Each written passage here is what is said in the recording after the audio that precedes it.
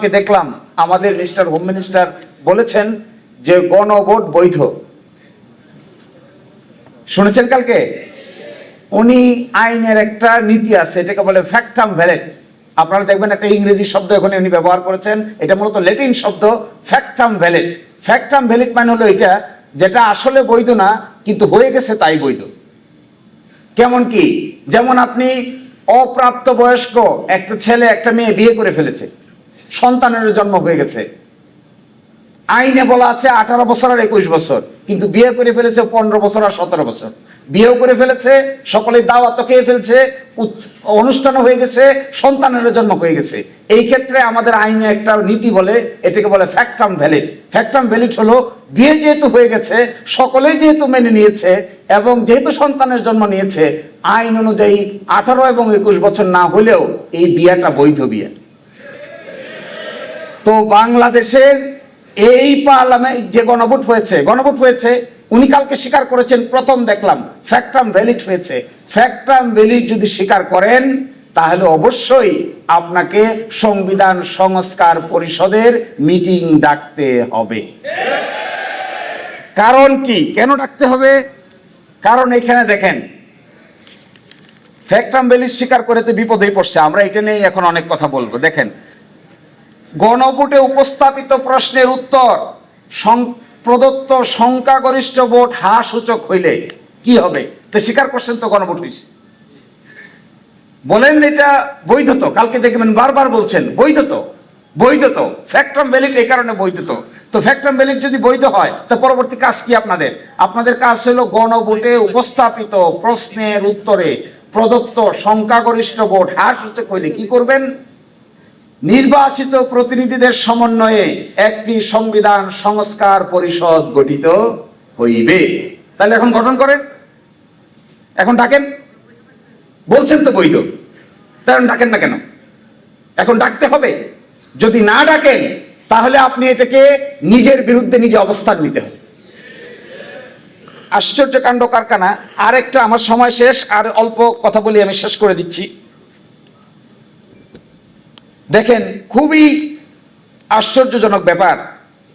ইন্দিরা গান্ধী একসময় prime minister ছিলেন 1971 সালে।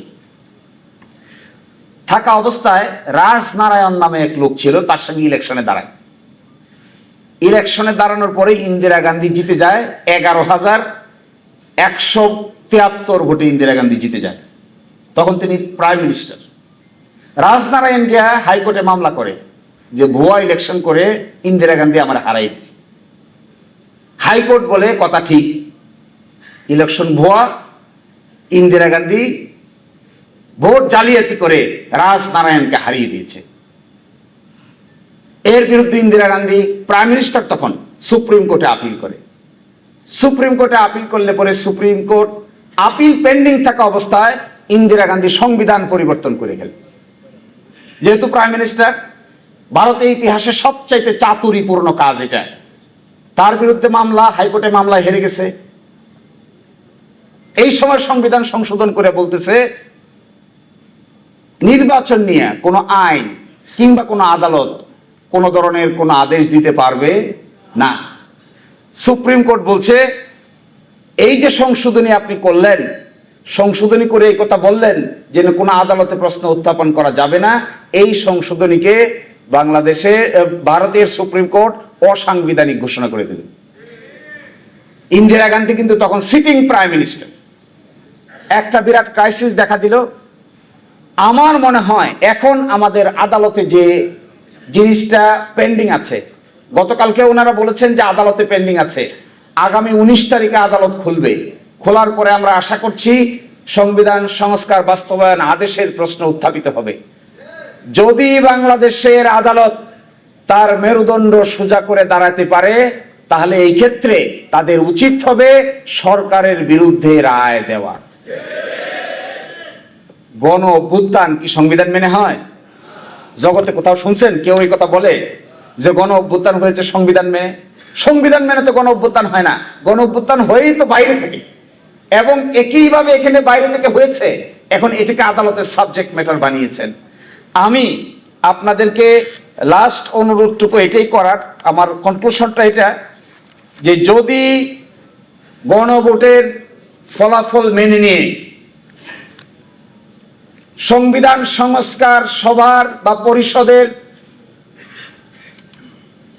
অধিবেশন ডাকা না হয় এবং সংস্কার থেকে সরে যাওয়া হয়, সংবিধান সংস্কার সভার অধিবেশন চলার কথা 180 দিন, 180 দিন পরে এটা বিলুপ্ত হয়ে যাওয়ার কথা, তারপরে 180 দিনের পরে আর 30 দিন পরে উচ্চকক্ষ হয়ে যাওয়ার কথা পার্লামেন্ট ভেঙে দুই টুকরা হয়ে যাওয়ার কথা, একদিকে নিম্নকক্ষ একদিকে উচ্চকক্ষ গঠিত হওয়ার কথা 100 জনকে নিয়ে, তার মধ্যে ভোটের পার্সেন্টেজ অনুযায়ী বিরোধী দলীয় জোট প্রায় 40% ভোট পেয়েছে, 100-র ভিতরে 40 পাওয়ার কথা, আর বাকিগুলো অন্যরা ভাগযোগ করে পাওয়ার কথা।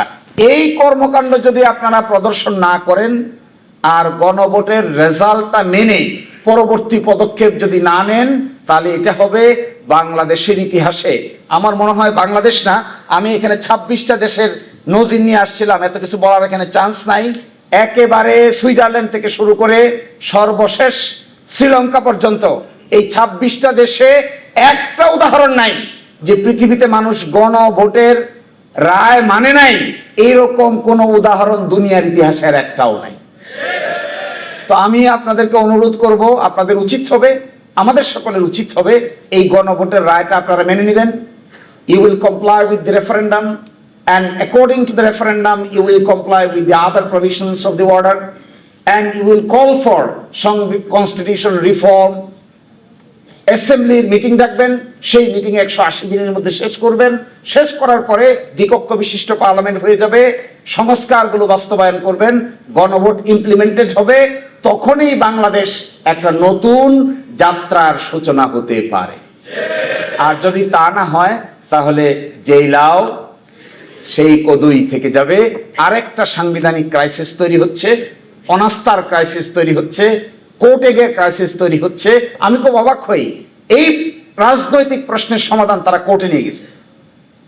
আচ্ছা বলেন তো, তত্ত্বাবধায়ক সরকারের সমাধান বাংলাদেশের কোর্ট দিয়ে বাংলাদেশের ইতিহাসে কি ভালো হলো না খারাপ হলো? তত্ত্বাবধায়ক সরকার প্রবর্তন করেছিলাম আমরা রাজনৈতিকভাবে, এটাকে ওনারা নিয়ে গেছেন কোর্টে, কোর্টকে বলছেন অসাংবিধানিক। 17 বছর দেশে আগুন জ্বলছে, এখন এসে কোর্ট আবার বলছেন সাংবিধানিক। তো এখন সাংবিধানিক হিসেবে আবার তত্ত্বাবধায়ক সরকার জাতির জীবন থেকে চলে গেছে 17 years. This approach is a bad approach, chaotic approach, destructive approach, unconstitutional approach, unpolitical approach, unstable approach. একটা responsible political party must take responsible approach. Responsible approach যদি না হয়, আপনি গণভোট চাইলেন, গণভোটের পক্ষে আপনি প্রচারণা চালালেন, আইন হলো, সকলেই পার্টিসিপেট করলাম, এখন বলেন জনগণ না বুঝে নাকি ভোট দিয়ে দিয়েছে। আরে কি সেই, এটা লজ্জার তো একটা সীমা থাকা দরকার, এবং লজ্জা হলো ইমানের, এইটা যাদের থাকবে না এদেরকে আমার সিনিয়র ব্যারিস্টার আব্দুর রাজ্জাক সাহেব বলতেন, there are some missile which are unguided missile. আপনি যদি মিসাইল ছুড়েন আর মিসাইলের নিয়ন্ত্রণ নিজের হাতে রাখতে না পারেন, এই মিসাইল কার বাড়িতে কোন শিশুকে কোন নারীকে হত্যা করবে এটা আপনি কোনোদিনই খুঁজে পাবেন না, কারণ this is what is an unguided missile. আর উপর দিকে যেভাবে থুতু দিচ্ছেন, আমি কোয়াইট শিওর এই থুতু আপনাদের নিজের গায়েই কয়েকদিন পরে ঘুরে এসে পড়বে। অপেক্ষা করেন থুতু নিজের গায়ে আসা পর্যন্ত। বাকিটা সবাই ভালো থাকবেন। আসসালামু আলাইকুম।